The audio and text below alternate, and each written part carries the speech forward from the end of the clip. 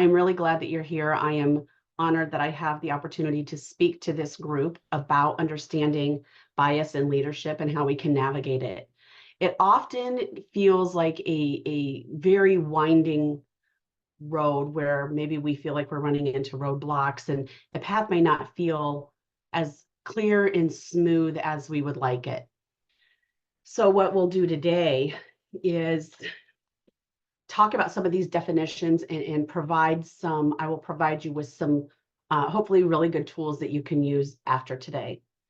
I would like to get a baseline for where we are when it comes to our initial understanding of bias in leadership.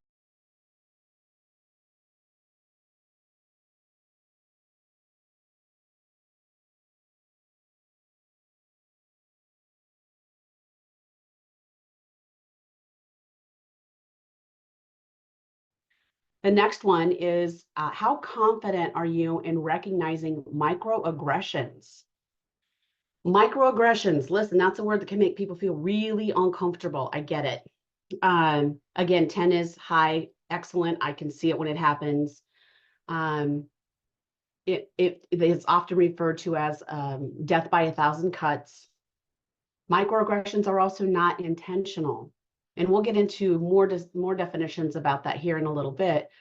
And then what can we do about it? So I have 36 responses so far. We're about a 5.8, almost a 6.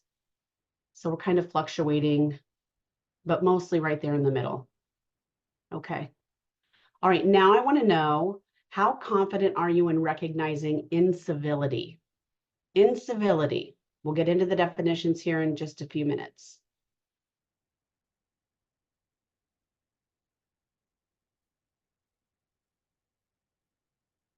Incivility is intentional.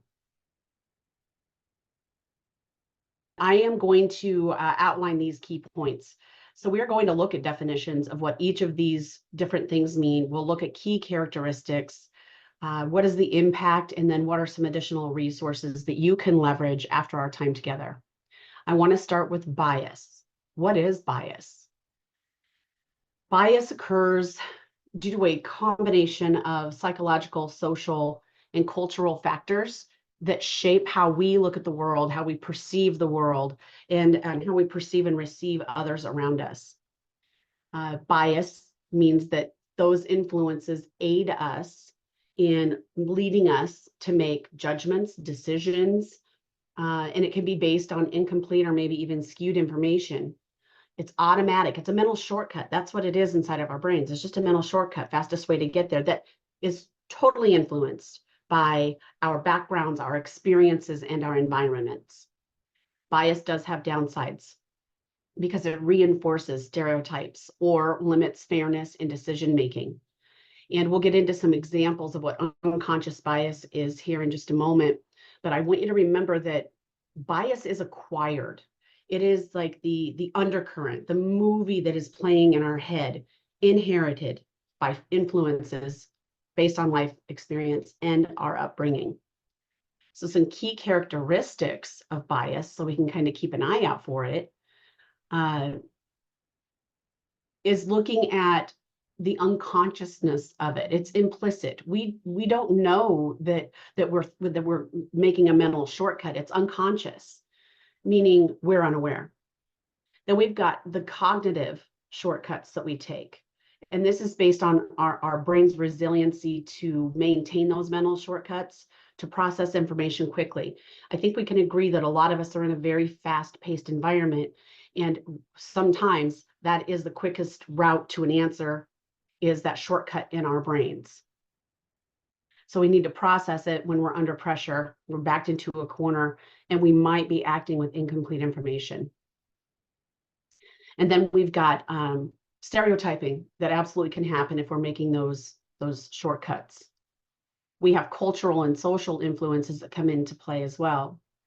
So our bias can be shaped by cultural norms, socialization, environmental factors. And we do absorb all of these experiences around us, and that could be from family, TV, media, songs, community. Think about all those things that are influencing us. It's also influencing everyone around us.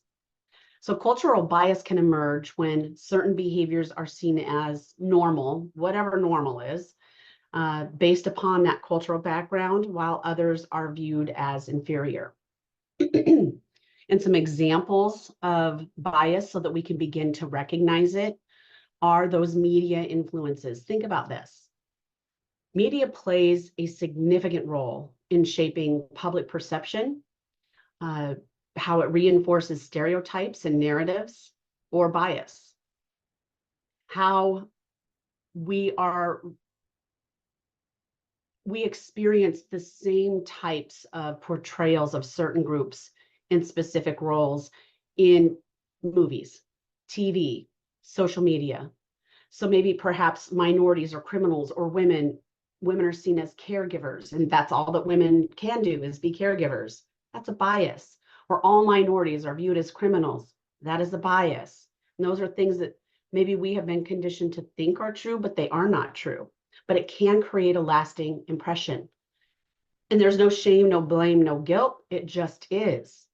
When we see something consistently portraying a certain group, it does lead to that unconscious association.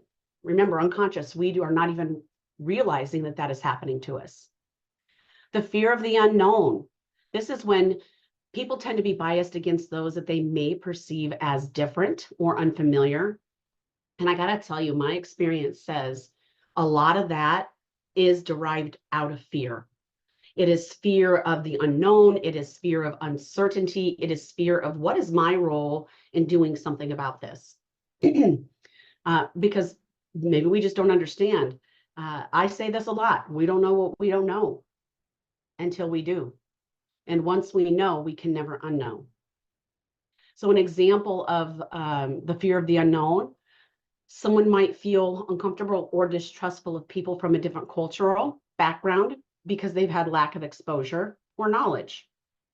And then implicit or unconscious bias. These are attitudes or stereotypes, excuse me, that can influence our decisions and actions without our awareness. These biases are often formed over time through repeated exposure to societal messages and stereotypes. So automatically associating leadership roles with men or women as caregivers. Men are the leaders, women are the caregivers.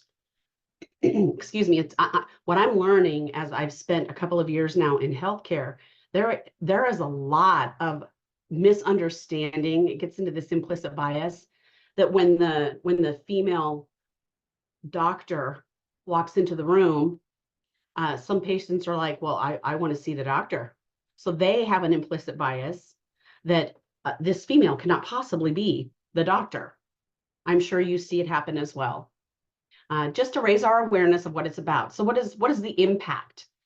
The impact of the bias in the workplace, perhaps in the hiring or promoting of things, if we were to pass over an older employee for a promotion because of our assumptions about their inability to leverage technology or adapt to technology, that would get in the way of a potential opportunity for one of our employees. Jokes or comments that perpetuate stereotypes based on race, gender, or sexual orientation, that can make a toxic workplace culture. And then finally, if we are talking about performance, giving more credit to ideas that are presented by dominant personalities, maybe these are the folks in the room who they share first, they talk first, and then we are overlooking, not on purpose, other people who are contributing in the room because they're quieter members of the team. So it could be any of these things, and all of those impact. The impact is our people, our employees, losing the desire to be engaged. And ultimately, that does trickle down to our patient care, and we have to become very aware so that we can do something about it.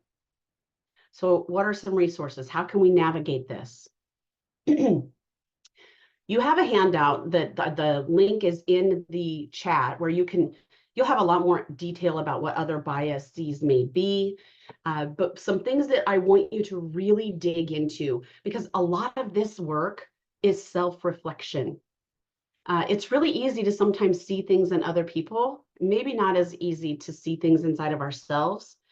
So I want you to ask reflective questions of yourself, and then I want you to allow time for self-examination.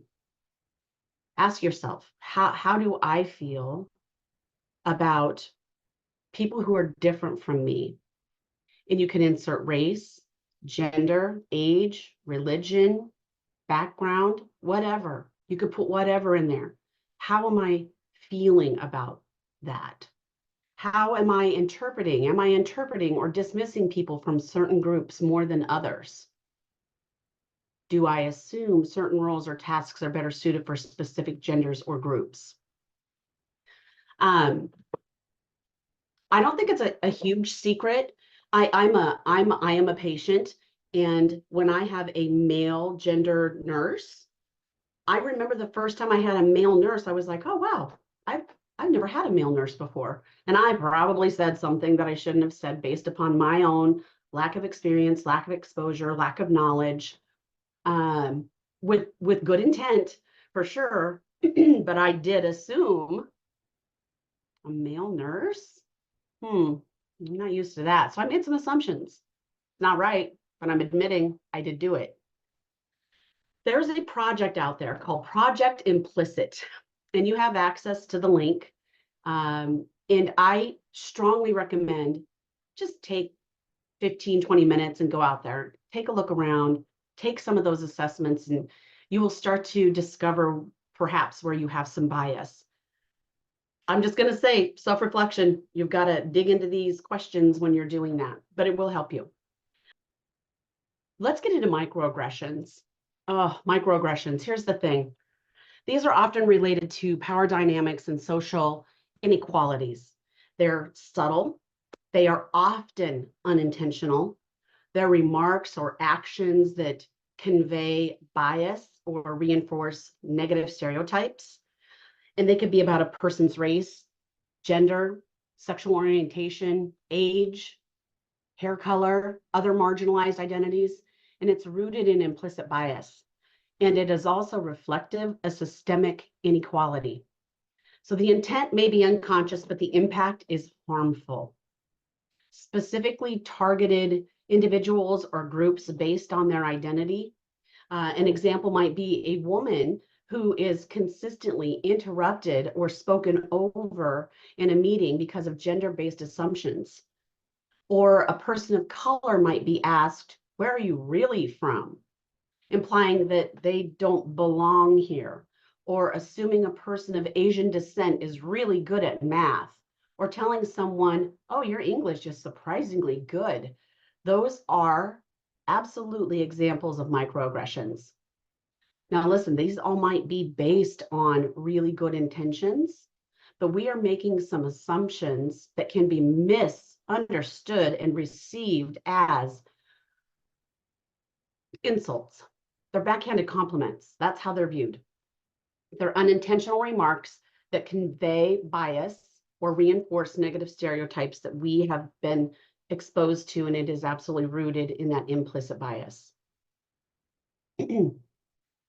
So this is an action that we take. So we acquire the bias. Microaggressions are the action. These are the actions that reinforce feelings of marginalized, exclusion, or inferiority, and has been called, again, death by 1,000 cuts. Key characteristics: subtle. They will be identity-based. Offenses or comments rooted in stereotype based on race, gender, age, or any other identity markers. They seem innocent, unintentional, but they are offensive, and cumulatively, they're harmful. Here are some examples. The first one is, "I don't see you." If we say, "I don't see color," this is a message of, I don't see you as a Black person. I see you as a person. So we might be, this is what we're thinking if we're the ones saying this. But I will tell you, the implication is that being Black is something negative that must be overlooked. If we are unwilling to see another person's color, we are denying who that person is. The next one is, where are you really from? All right, so we may seem like we're trying to really discover something about someone. Perhaps we're trying to build a relationship and we want to learn about that person. So we're going to ask them where they're really from. And that can make someone feel like an outsider. Our intent is not that. We are trying to find some common ground. But here's the thing. If someone tells us where they're from, let's just believe them. There's nothing wrong with that. You are so articulate. This is a subtle comment that can be made to someone, definitely not realizing that it's a microaggression. But I could tell you that this generally isn't said to a white person. You speak English so well, or you are so articulate. If we're saying that to a person of color or an immigrant, we're implying that we are surprised at their proficiency despite their appearance. Yikes. I don't think any of us are intending to do that. Again, microaggressions, unintentional. Backhanded compliments, we need to be aware. People of Asian descent are so good at math.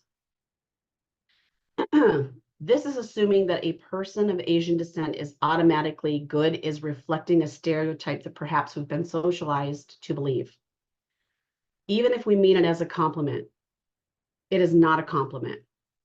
So if we listen for specific comments or actions, some other examples are to Black women, can I touch your hair? To a female leader, you're too emotional to make decisions. Oh, LGBTQ plus. Oh, you don't seem gay.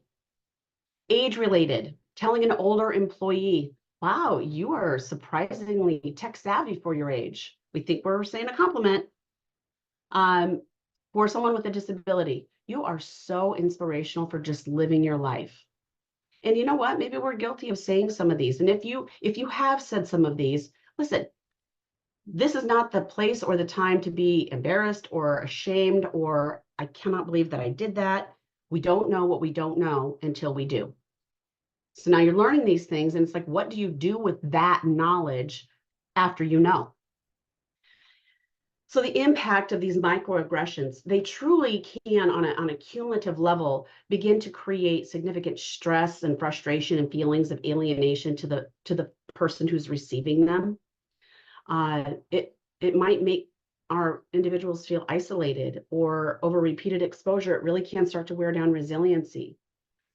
It can perpetuate those marginalizations that we have come to learn, and we just keep reinforcing them and reinforcing them. We can create a workplace that is full of inequity. They can contribute to maybe even a hostile work environment or an unwelcoming climate. Can you imagine coming to work every day just worrying or wondering what is going to be said today? I just think that that would be a really lonely place to be. It can create self-doubt and imposter syndrome, making individuals feel that they don't deserve the success that they have or that they worked for. And over time, if we continue to repeat these types of microaggressions, we start to erode trust on our teams. And when we start to break down trust in our team environments, that really can lead to a disengaged group of people. And that does not make what we're doing very fun or engaging, maybe even safe. If your mind is on something else, like, what kind of joke's going to be said today, maybe that leads to something unsafe. We just have to think bigger picture. And we get an opportunity to stop the reinforcement of the stereotypes that we have learned. So some resources, some things that you can do: pay attention, listen for those subtle remarks or actions. I'll bet after today, when you hear some of these, you'll be like, wow, I would not have even heard that like that before. So look for comments, or compliment that seem like compliments, but they have a negative implication. I tell my kids when they say, I'm sorry, but as soon as I'm sorry, but it doesn't matter. What they just said is gone. These are kind of like that. Repeated references to someone's identity. Look for that. Listen for assumptions or stereotypes, statements that assume characteristics or abilities based upon someone's identity or their appearance. Start paying attention to those around us. Or do they seem uncomfortable? Do they have any type of like defenses going up? If one of these things happen, are they uncomfortable after comments made? An example of that is in a meeting, and someone says to one of the females in the meeting, "Wow, you're pretty aggressive for a woman." That might make her uncomfortable. Look for repeated patterns. If this is happening over and over and over again, it really is a lot easier to see it when it's being shown to us on a regular basis, and be aware of exclusionary behavior. Nonverbal clues like eye rolling, things like that. We want to pay attention to that as well. And question any compliments that feel like there's a condition attached to them. If we're making a compliment and it sounds like it's based on lower expectations, that's a microaggression. Be aware of minimizing or denial. Listen, I'm just going to tell you, if someone has said to us that was offensive to me, we need to honor that, because it took a lot of courage for someone to say that. And I just want you to keep that in mind. If someone is telling us something, let's just believe them, okay? I'm going to skip over this next slide because I want to get through incivility so I can ask you a question about all of them. So we've talked about bias and we've talked about microaggressions. Bias and microaggressions are oftentimes unintentional. Incivility, it's intentional. It refers to rude, disrespectful, or inconsiderate behavior. It violates social norms, and it absolutely disrupts a harmonious environment. Lack of respect for others, and it could be indirect or it could be subtle, could be low intensity. It doesn't involve outright aggression, and it can occur in personal interactions in a professional setting. And incivility is directed at anyone and doesn't necessarily focus on a person's identity. That's what the difference is between the microaggression and incivility. This is an example is someone might be rude or dismissive in a meeting without targeting a specific group or individual based on race, gender, age, or any other characteristic. So this is active. This is active, acquired and active for microaggressions and active for incivility. And somebody could call it, well, that was just a joke, but it is active sabotage. What does it look like? How can we see it? Key characteristics, it really involves the failure to acknowledge or respect others' feelings, opinions, or rights. It can be subtle. It's often not overt or openly aggressive, making it really hard sometimes to call out what it is. And there is a cumulative effect. Repeated over time, incivility can lead to significant stress, decreased morale, and strained relationships. It is general rudeness or discourteous that can happen to anyone and may not be tied to a particular group. Here are some examples. Not greeting a colleague or acknowledging their presence, making a sarcastic comment during a meeting, interrupting when someone is speaking, ignoring emails or messages intentionally, being dismissive of someone's ideas without offering constructive feedback, excluding colleagues from conversations, rolling eyes, sighing loudly, or using passive-aggressive communication, or speaking in a condescending tone. What are the impacts of this? I'm telling you, if you have not experienced incivility, you are so fortunate, because it is so stressful. It is filled with anxiety, and it really reduces job satisfaction.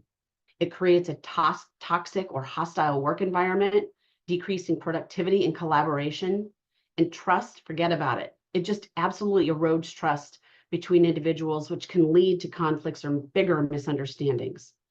So how do we address it? What do we do about it? It requires fostering a culture of respect and open communication and addressing issues early before they escalate into something that's more serious, like misconduct. We want to be mindful and be aware of it. There are resources that can help you as you work through this. And it goes back to some of the same questions that we had earlier. How do I feel about this? Am I interrupting or dismissing people? Do I assume certain roles? I'm going to take you back to that project implicit again to review and reflect and determine, are you practicing incivility? Is it bias? Maybe you're not. Maybe it has nothing to do with you, which is fantastic. But we're going to get into some things here in a moment of what do you do when you see it? What do you do when you witness it? Because if we're not participating in it and we're seeing it, I'm going to give you some tools for that.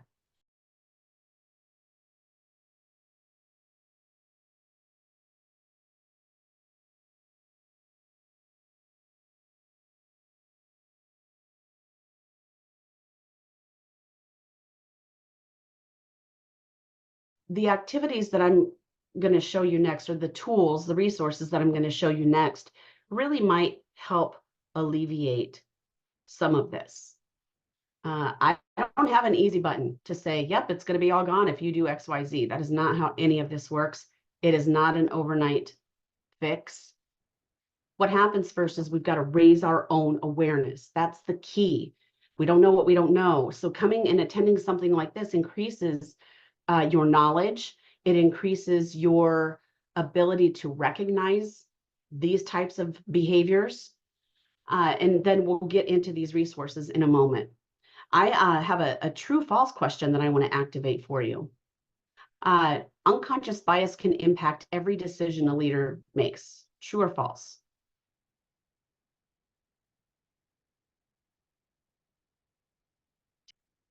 It really, really can impact every decision a leader makes. Because if we are unaware of our bias and we are making decisions through that lens of only our experiences, things that we have been conditioned to believe to be true, we only have our own lived experiences, and that's what we're using as our mirror,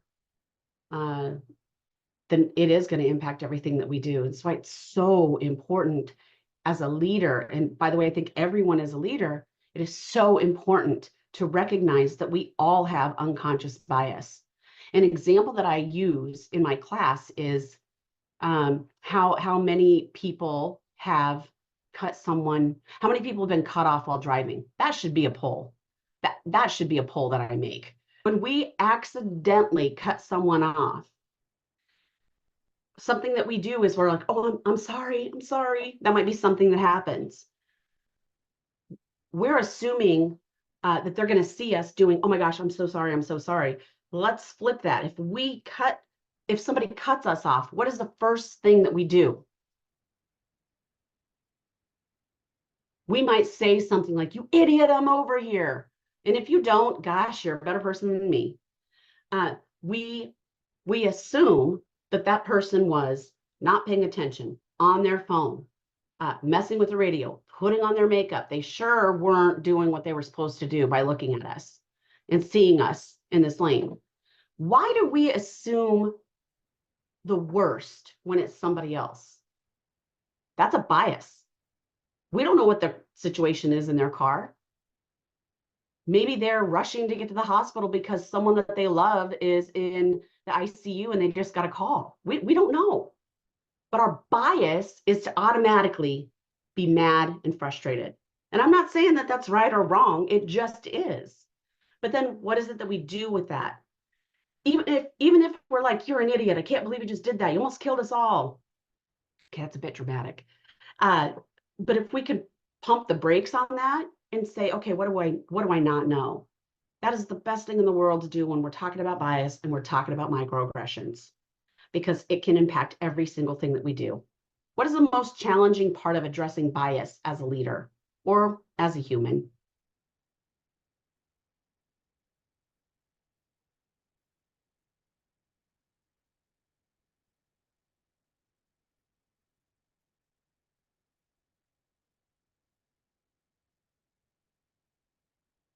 What are some examples of incivility that you have witnessed or perhaps experienced? Remember when I talked about that, it could be exclusion, being ignored, emails not answered, things along those lines. What are some things that you have witnessed? Just really is no place for incivility in the workplace. But we know it's there. We know it exists. What can we do about it? I am a person who looks through the positive intent glasses. That's what my fourth grader calls them. And I am assuming that most people have a positive intent. But we're judging our intentions. We're judging how we're showing ourselves to other people by what we intended. So we've got our intention that we're judging, and then the impact is how the receiver is judging it. So what is the impact on the person who is receiving whatever it is? If it's unconscious bias, microaggression, incivility, we have got to make sure, because the only thing that we have control over is ourself. So with the intent impact gap model, which comes from the University of California, we have a gap in the middle. So if somebody says one of those things that's a microaggression, and then let's say somebody says something back to them about, hey, that was insulting, but that's not what I meant. That's not what I meant. That's a problem, because I'm going to tell you, when it gets to microaggressions and incivility, your intentions do not matter. They just don't. Hard stop. And listen, that's like swallowing sand. I know, but it doesn't, because how it lands on the person receiving it, that's what counts. So we've got to start narrowing this gap down so that what we're saying is matching how it's landing. And that's hard work, but it absolutely can be done. We want to reduce those gaps by evaluating our own intention and what the potential impact may be on the receiver. And I want to talk about some signal phrases. This will be something that is being introduced in another class that I'm leading, but these are the navigating bias and leadership signal phrases. So as we seek to improve cultural humility through raising our awareness, our knowledge, and our skills regarding equity, overcoming bias, microaggressions, we practice both giving and receiving feedback. And listen, that can be hard and difficult and uncomfortable and emotional. It can be hard to hear, it can be hard to give. But if we start thinking about it in a stoplight form, we are going to start with the least amount of risk for the person receiving the feedback. Perhaps even the person giving the feedback is calling someone in. As we're calling people in, like, let's say this is generally used when you're giving feedback to someone that you are giving the benefit of the doubt.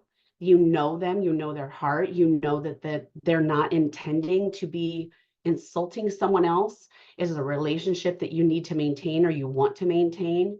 And you want to tell this person that they had some offensive behavior that perhaps they did not know was offensive, because maybe they had a momentary lack of judgment. We're assuming positive here.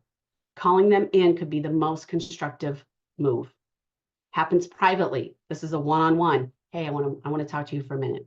So here's an example of calling someone in. Mei Xiun is a new nurse that has just joined the team, and you are introducing her to everyone working in the clinic. And a colleague says to the new teammate, can I just call you MQ? Your name is really hard to pronounce. We may want to pull our teammate aside and say, hey, I want to call you in for asking Mei Xiun if they minded being called MQ. I perceive that you're not willing to learn how to pronounce a new name, and it sends the message that you view them differently. And I'll tell you, people are just more likely to say, yes, just call me MQ than go over it in the frustration, and they don't want to make an issue out of it, especially if they're a new employee. The next one is a yellow light. This one's the hardest. This is calling someone out. This is done in a public way. There are two reasons why we would use a calling out. It's because we want to point out an offensive behavior and we want others to know that we did it. And it is done in a caring kind of way. It is not done in an incivility kind of way. It lets the person know that They're being offensive in the moment, and it lets others know that the person was being offensive. So let me give you an example of what calling someone out may look like. I learned in our monthly department meeting today that we have a new position that will be created in our department, and I suggested that we consider my direct report, Amira, for the role, who happens to be a woman who wears a headscarf for religious reasons. My peer colleague muttered we shouldn't promote her because the headscarf is a safety concern. I replied that there were safety equipment we could easily buy to accommodate her. My supervisor said it wasn't worth the hassle and decided not to include Amira in the candidate pool. So something that we could do to call someone out on this is say, you can use the term, I'm going to call you out on that because Amira has the skills and experience for this role. The headscarf is a non-issue and it shouldn't be part of our consideration. The only reason that perhaps you're calling her out is because of nativism, sexism, or maybe racism. We cannot have that kind of behavior because it results in our organization's leadership remaining predominantly white. The next one is the red light.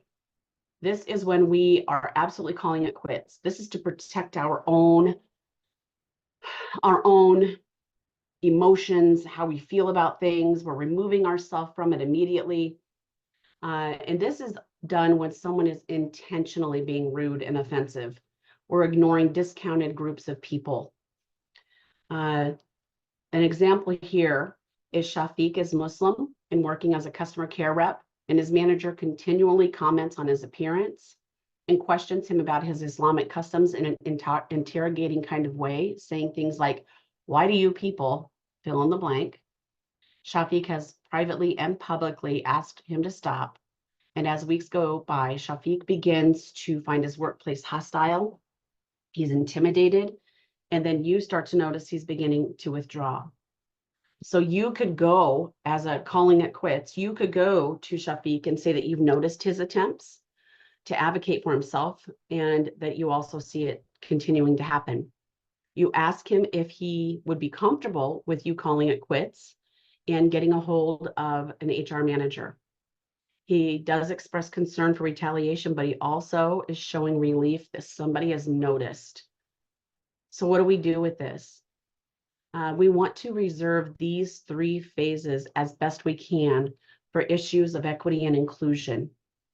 So as leaders, you can take these back to your teams. You can begin using them. I always practice these things on the people who are closest to me because they are going to know that I'm learning something new and they're going to grant me grace. And I will also tell you, grant yourself grace as you're moving through this. So you've got your three signal phrases. Those are in your handout as well. Let's talk about the habits model.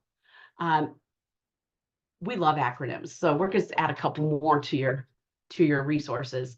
We want to build different habits because these things are going to happen. We're going to see bias, we're going to see microaggressions, we're going to see incivility. So as you build your habits, which is having the conversation, have the conversation sooner rather than later. Assume positive intent, put those positive intent glasses on. Be aware of your own bias. So important. Ask yourself those reflective questions. So investigate and dig deeper, both within yourself, within the situation that you're going to go have a conversation about. Make sure that you take time for self-care. That is so important.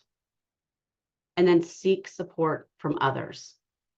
Who can you talk to bounce off what you want to say? Who are your trusted resources? So build those habits. And I'm telling you, you're going to make mistakes. It is unavoidable. It just is. So I'm going to introduce you to our HARP model. As you are navigating bias, microaggressions, incivility, have a moment. We are all going to mess up. I still mess up. It happens all of the time. So have a moment and acknowledge and embrace the uncomfortableness of those times. And then you will apologize. It is a genuine, authentic apology. No excuses, no rationalizing, no, but I meant this. None of that. I apologize. I did that. We're not asking for sympathy. We're not asking for forgiveness on the spot. That's not what this is about. If it is offered, say thank you, the sympathy, but it is not required. Then you're going to face and acknowledge the fact that you did some harm. And it is hard work. Oh, here's your apology. I laid it out for you. Here's what you say. I did that. It caused you harm. I'm sorry. If and when I may, I want to make it up to you. And I'm going to do better going forward. That's what the apology looks like. Nothing more. That's it. And it works. I tried it on my husband when we had an argument. Works like a champ. But the key is it needs to be authentic. And it's really hard sometimes when you really want to, because we're humans and we don't want to hurt other people's feelings. We want to defend our actions. You've got to get through that scratchy. You just have to. Then you're going to recover from it. And as you're recovering from it, you're acknowledging it, that you did it, and you're going to move forward. It is not a martyr moment. And the recovery does not have to be dramatic. And then you practice. Practice on your own time. Read, reflect, and do the interpersonal work moving forward. Perhaps practice in front of a mirror. So this is your HARP model. Have a moment, apologize, recover, practice. I want to head back over to our Slido. And now having all of the definitions, I would like to see what you believe is the most common in your workplace. Again, it's the same question I asked earlier.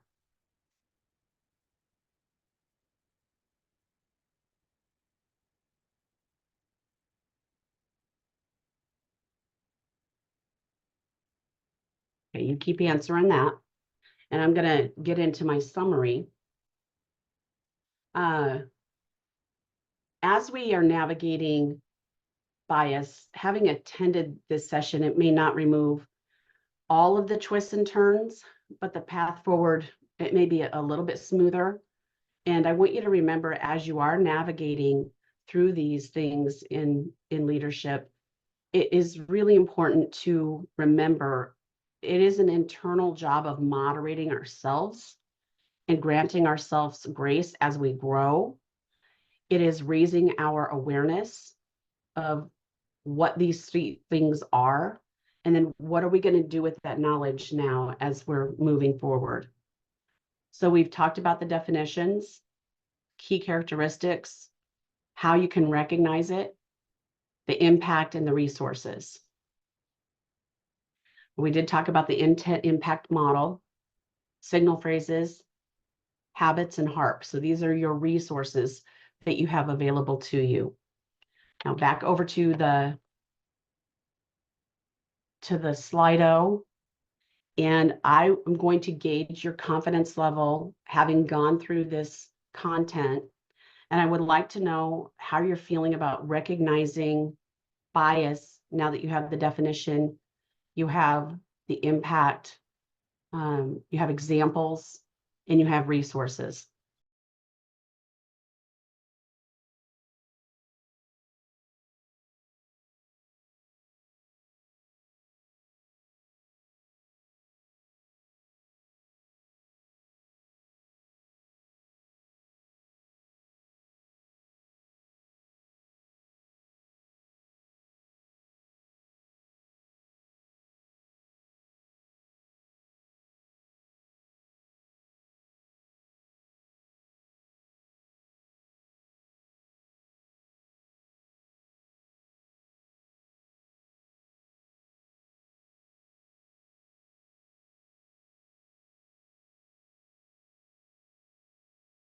Today is a day of growth. I mean, you are all putting things into your toolkit that will help you as you navigate bias in your workplace, in leadership, in life, actually. That concludes the online education. I would like to thank all of our presenters for their experience, knowledge, and expertise. Be sure to subscribe so you're up to date with all of Nebraska Methodist College's continuing education offerings. Thank you.